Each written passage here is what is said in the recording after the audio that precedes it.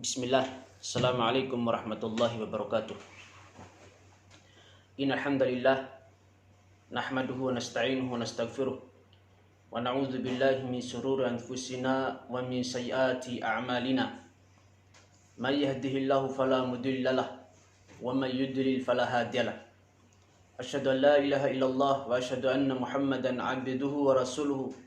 Qala Allah Ta'ala fi kitabihil karim, ya ayyuhalladzina amanu taqullaha haqqa tuqatih wa la tamutunna illa wa antum muslimun. Wa qala aidan, ya ayyuhan nasu taqu rabbakumul ladzi khalaqakum min nafsin wahidah wa khalaqa minha zawjaha wa bassa minhuma rijalan katsiran wa nisaa wattaqullaha alladzi tasaaluna bihi wal arham innallaha kana 'alaikum raqiba. Alhamdulillahilladzi bi ni'matihi tatimmus shalihat.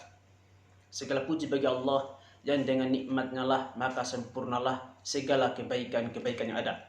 Ikhwati rahimani wa rahimakumullah. Semoga Allah Subhanahu wa taala senantiasa merahmati kita semua dan senantiasa meliputkan kita semua dengan taufik dan hidayahnya, serta menjadikan kita istiqomah di atas agama ini sampai datangnya kematian kepada kita semua. Amin amin ya rabbal alamin. Ikhwati yang dirahmati Allah Subhanahu wa taala, sebelumnya kita telah membahas tentang masalah takdir dan kita menjelaskan secara terperinci perbedaan antara qada dan qadar. Namun secara asal ya intinya bahwasanya qada dan qadar itu adalah sama-sama takdir Allah Subhanahu wa taala. Baik, sekarang kita akan membahas tentang beberapa hal yang berkaitan dengan takdir yang kebanyakan manusia salah memahaminya, atau kita katakan manusia menyimpang dalam hal ini. Ya, setidaknya ada 4 permasalahan. Ya, mungkin kalau digali lagi mungkin lebih banyak lagi daripada itu. Namun yang kita temukan ada 4 kesalahan manusia di dalam masalah takdir. Yang pertama, tidak boleh bagi seorang hamba berhujjah dengan takdir. Ya, berhujjah dengan takdir dalam artian ia berdalil bahwasanya segala sesuatu itu telah digariskan oleh Allah Subhanahu wa taala di Lauh Mahfuz. Semua lintas peristiwa, segala apa saja yang bakal terjadi, semuanya telah ditetapkan oleh Allah Subhanahu wa taala. Maka seorang mukmin tidak boleh berhujjah, tidak boleh berdalil dengan cara seperti ini. Misalnya, kita meyakini semenjak zaman ajali 50.000 tahun sebelum ada langit dan bumi, Allah Subhanahu wa taala telah menetapkan rezeki seseorang. Dia kaya ataupun miskin, dia beramal soleh ataupun dia beramal toleh. Ya, amal toleh artinya amal buruk. Semuanya telah ditetapkan oleh Allah Subhanahu wa taala. Dan apa yang bakal terjadi pada hamba tersebut, ya, semuanya telah tercatat dan itu bakal terjadi. Maka seorang hamba tidak boleh berhujjah, tidak boleh berdalil dengan takdir Allah yang telah Allah tetapkan untuknya. Misalnya seseorang mengatakan, saya tidak usah bekerja, kan sudah ditakdirkan. Saya jadi orang kaya atau jadi orang miskin kan semuanya sudah ditakdirkan oleh Allah Subhanahu wa taala. Saya sudah tidak usah belajar. Saya sudah ditakdirkan lulus atau tidak lulus, jadi tidak perlu saya belajar. Ya, ini tidak dibenarkan. Seorang hamba tidak boleh ia berdalil atau berhujjah dengan takdir Allah Subhanahu wa taala. Kenapa demikian, ikhwah? Sebab takdir Allah Subhanahu wa taala ini merupakan sirrullah, merupakan rahasia Allah Subhanahu wa taala, dan tidak ada satu makhluk pun yang mengetahui tentang takdirnya kecuali orang-orang yang diberi wahyu oleh Allah Subhanahu wa taala. Seperti para nabi. Ya, para nabi ya pada hakikatnya mereka tidak mengetahui apa yang bakal terjadi keesokan harinya. Ya, melainkan mereka dikabarkan oleh Allah Subhanahu wa taala sesuai dengan catatan takdir. Ya, makanya kita melihat min dalailin nubuwah, di antara bukti kenabian Muhammad sallallahu alaihi wasallam, beliau mengabarkan apa yang bakal terjadi keesokan harinya, bahkan apa yang bakal terjadi di akhir zaman, dan semuanya itu terjadi dan terwujud. Ya. Dari mana Nabi Muhammad SAW tahu? Dari khobar, dari informasi, dari wahyu dari Allah Subhanahu wa taala. Jadi pada asalnya Nabi Muhammad SAW tidak tahu, melainkan beliau dikabarkan oleh Allah Subhanahu wa taala. Demikian pula seluruh makhluk Allah Subhanahu wa taala, para malaikat, wali-wali Allah, tidak ada mengetahui apa yang bakal terjadi keesokan harinya. Semua itu merupakan rahasia Allah Subhanahu wa taala. Ya. Jadi takdir Allah tidak ada yang tahu. Ya. Kemudian Allah Subhanahu wa taala menyerahkan urusan itu kepada hamba berupa usaha, upaya, jerih payah dan kesungguhan. Ya. Jadi seorang hamba hanya bisa berusaha terlebih dahulu. Seorang hamba hanya bisa ikhtiar terlebih dahulu. Ya, kemudian apa yang menjadi hasil usaha tersebut baru kita serahkan kepada takdir Allah Subhanahu wa taala. Sebagaimana Allah Subhanahu wa taala berfirman, "Wa ma tasyauna illa ayyasha Allahu rabbul alamin." Tidaklah kalian berkehendak melainkan kalian juga itu juga adalah kehendak Allah Subhanahu wa taala. Artinya di sini Allah Subhanahu wa taala menyerahkan suatu kehendak itu kepada hamba. Jadi hamba itu punya kehendak, punya ikhtiar dan punya usaha. Seorang hamba hanya bisa berusaha, ya hanya bisa bersungguh-sungguh. Baru kemudian hasilnya kita serahkan kepada takdir. Jadi ikhwati dirahmati Allah Subhanahu wa taala, takdir ini merupakan urutan yang kedua setelah ada usaha kita. Ya. Tidak boleh seorang hamba langsung loncat kepada takdir sehingga dia bermalas-malasan. Wah, saya tidak mau bekerja, kan sudah ditakdirkan oleh Allah, saya kaya atau tidaknya nanti. Ya. Saya tidak usah beramal, kan saya kan sudah ditakdirkan masuk neraka atau tidak. Ini tidak dibenarkan. Seorang hamba tidak boleh ia menafikan usaha. Tidak boleh bagi seorang hamba ia menafikan amal soleh. Yep. Allah dan Rasulnya ya jelas-jelas memerintahkan kepada kita, i'malu, hendaklah kalian beramal. Hendaklah kalian siru fil ardi, berjalanlah di muka bumi sebagai bentuk ikhtiar seorang hamba. Ya. Dan lain sebagainya. Ya. Jadi berdalil dengan takdir itu adalah kesalahan fatal. Tidak dibenarkan. Biasanya berhujjah dengan takdir ini adalah para pemalas yang memang mereka tidak mau berusaha, tidak mau bekerja. Ketika seorang hamba berusaha, apa yang menjadi hasilnya itulah takdir Allah Subhanahu wa taala. Ketika seorang hamba berjerih payah, berikhtiar, lalu ia mendapatkan hasil daripada jerih payahnya, kita katakan itulah takdir Allah Subhanahu wa taala. Kemudian ketika orang berusaha namun tidak mendapatkan hasil, tetap saja begitu-begitu saja, kita katakan itu juga merupakan takdir Allah Subhanahu wa taala. Jadi apa yang menjadi usaha manusia lalu tersingkaplah hasil daripada usahanya, maka yang tersingkap itu merupakan takdir dari Allah Subhanahu wa taala. Maka tidak benar seorang hamba langsung berhujjah, langsung berdalil dengan takdir Allah tanpa ada usaha. Ya. Kemudian kesalahan yang kedua yaitu meyakini adanya takdir Allah Subhanahu wa taala yang buruk, atau menganggap bahwasanya takdir Allah itu buruk. Yep. Kita katakan memang disebutkan dalam sebuah hadis Nabi sallallahu alaihi wasallam, wa tu'mina bil qadari khairihi wa syarrihi. Engkau beriman kepada takdir Allah yang baik maupun yang buruk. Ya, jelas-jelas dalam hadis ini menyebutkan adanya takdir yang baik dan takdir yang buruk. Kita sebutkan bahwasanya takdir Allah Subhanahu wa taala secara asal semuanya baik. Apa yang menjadi keputusan Allah itu adalah baik. Apa yang telah ditakdirkan oleh Allah itu adalah baik. Allah yang maha bijaksana, Allah yang maha pengasih lagi maha penyayang kepada seluruh hamba-hambanya. Apa yang ditetapkan oleh Allah Subhanahu wa taala ini tidak lepas daripada sifat penyayang Allah Subhanahu wa taala. Dari manakah dapat istilah baik dan buruk itu? Perlu diketahui ikhwati dirahmati Allah Subhanahu wa taala, istilah baik dan buruk itu menurut kacamata manusia. Ini menurut penilaian manusia. Baik dan buruk itu adalah penisbatan terhadap hamba.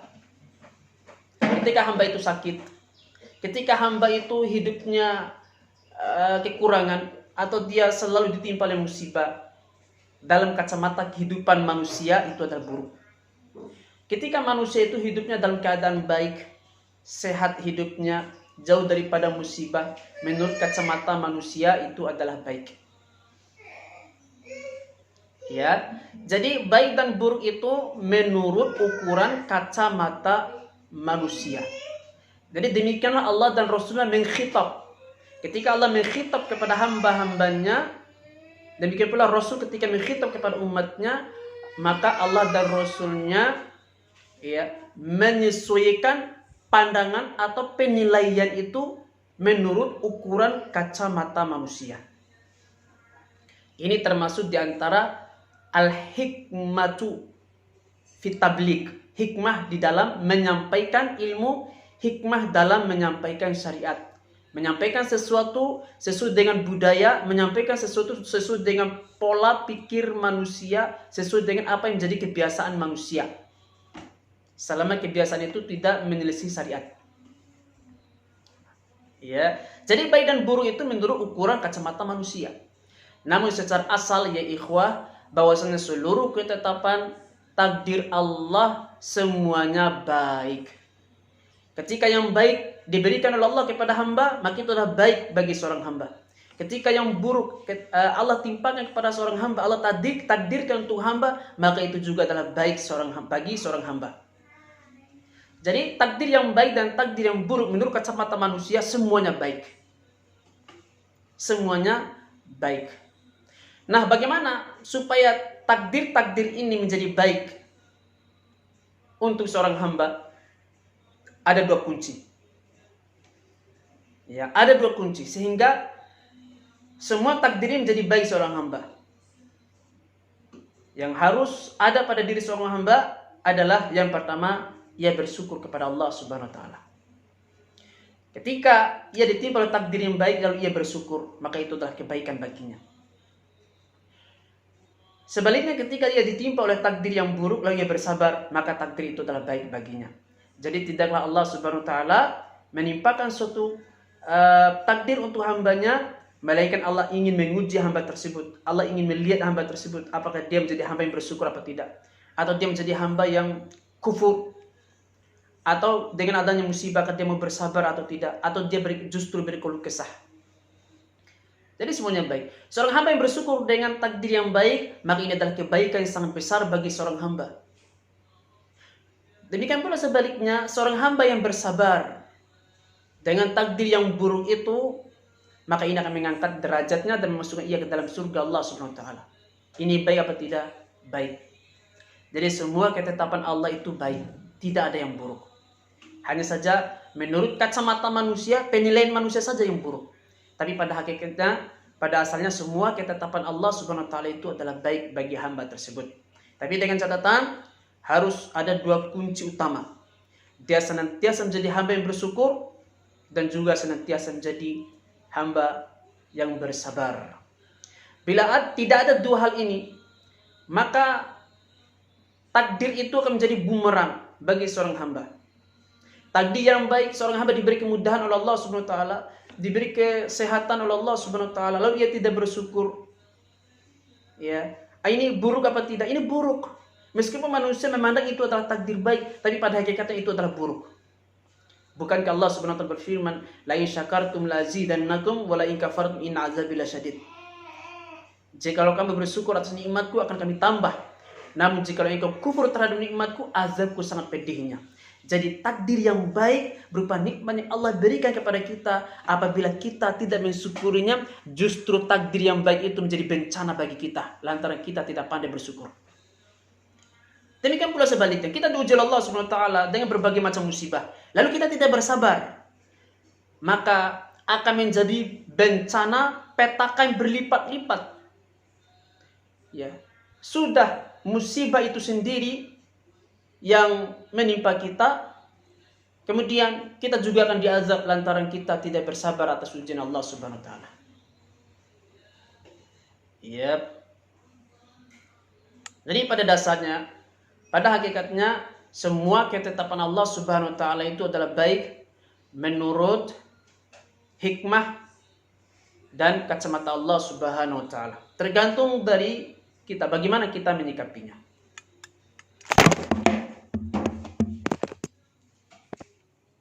Baik. Jatuh lagi. Bismillah. Baik ikhwati rahimani wa rahimakumullah, barakallahu fikum. Ya, oke.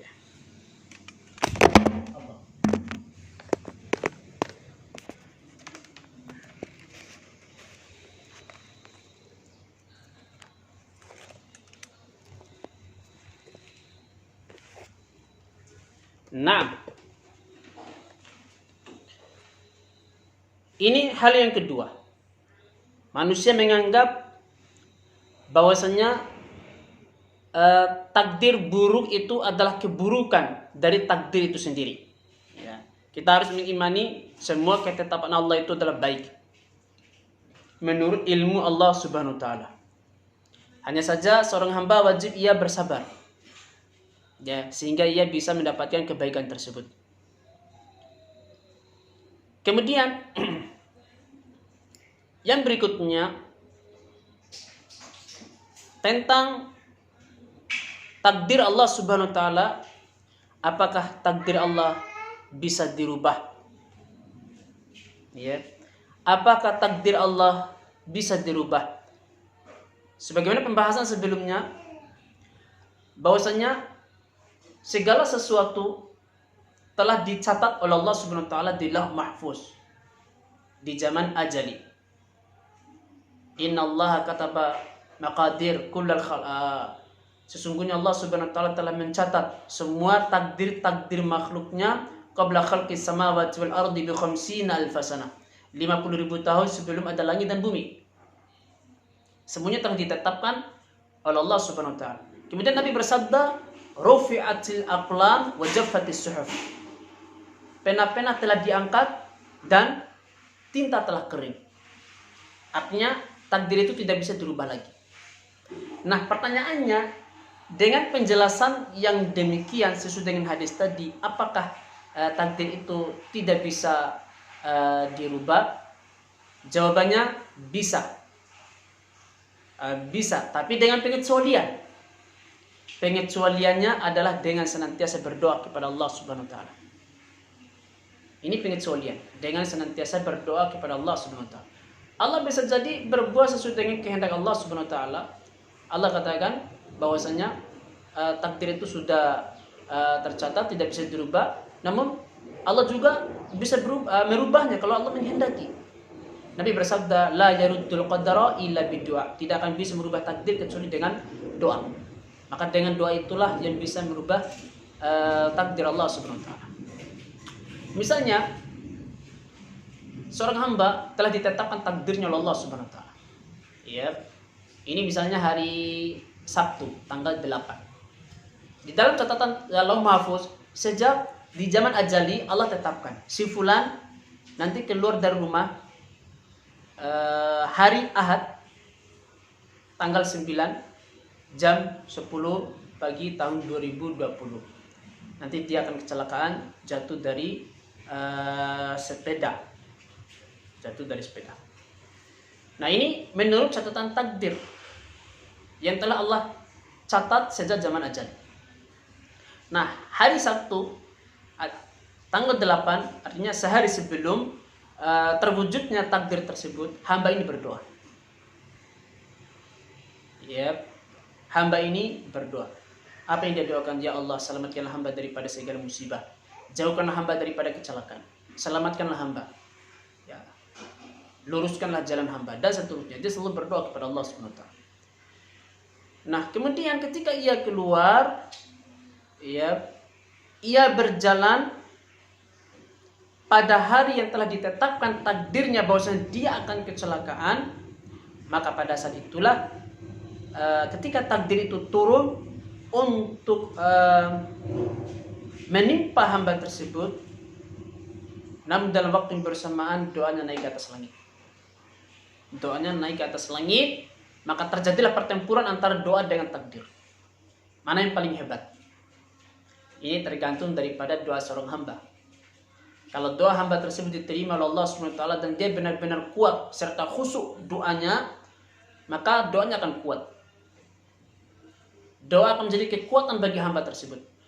Makanya Nabi bersabda, ad-du'a silahul mu'min. Doa itu adalah kekuatan senjata bagi seorang hamba, sehingga ia bisa terlindung dari berbagai mara bahaya. Ya, demikian pula Nabi SAW bersabda, innallaha ta'ala yaqbalu du'a biqalbin, ya, biqalbin ghafilin lahin. Sesungguhnya Allah Subhanahu wa taala tidak akan menerima doa orang-orang yang hatinya lalai. Jadi ketika seorang hamba berdoa, hendaklah ia menghadirkan hatinya di dalam meminta kepada Allah Subhanahu wa taala. Dan ini menjadi kekuatan yang begitu dahsyat bagi seorang hamba. Maka dengan doa tersebut akan merubah takdirnya. Mungkin dalam catatan takdir dia akan hidup miskin.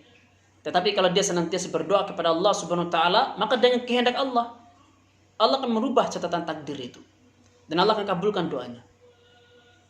Ini atas kehendak Allah. Bukankah Allah berfirman, fa'alul lima yurid. Allah berbuat sesuai dengan apa yang diinginkan oleh Allah Subhanahu wa taala. Allah mencatat, Allah merubah, dan seterusnya. Sesuai dengan kehendak Allah Subhanahu wa taala. Tidak ada orang yang berhak untuk memprotesnya. Tidak ada orang yang boleh menggugah Allah Subhanahu wa taala. Ya, Allah berbuat sesuai dengan apa yang diinginkan dan dikehendaki oleh Allah Subhanahu wa taala. Jadi ikhwati, bahwasanya takdir itu dapat dirubah dengan senantiasa berdoa kepada Allah Subhanahu wa taala. Demikian pula dapat dirubah dengan melakukan silaturahim. Dengan melakukan silaturahim. Ya. Rasulullah SAW bersabda, barang siapa yang ingin panjang umurnya dan dimudahkan rezekinya, fal yasil rahimahu, maka hendaklah dia senantiasa silaturahim. Ya. Mungkin selama hidupnya jatah rezeki yang Allah tetapkan untuknya 5 miliar misalnya. Ya, jadi umur dan rezeki ini adalah jatah yang berbarengan dalam kehidupan seorang hamba. Jatah yang berbarengan. Allah tetapkan rezeki untuk hamba selama hidupnya, rezekinya hanya 5 miliar. Kalau rezekinya sudah habis, maka umurnya pun habis. Maka dia pun meninggal dunia. Walaupun dia meninggalkan harta yang banyak, harta miliaran sampai triliunan, tapi kalau rezekinya sudah sekian, ya, maka dia pun meninggal dunia walaupun dia meninggalkan banyak harta. Jadi semua manusia itu sudah direzekikan oleh Allah Subhanahu wa taala, sudah ada jatah masing-masing. Nabi katakan, barang siapa yang ingin panjang umurnya dan dimudahkan rezekinya, maka falyasil rahimahu, hendaklah dia bersilaturahmi. Hendaklah dia bersilaturahmi. Umur seorang hamba telah ditetapkan oleh Allah Subhanahu wa taala di catatan Lauh Mahfuz sejak zaman ajali. Demikian pula rezeki manusia, tidak ada yang bisa berubah dan tidak ada yang dirubah.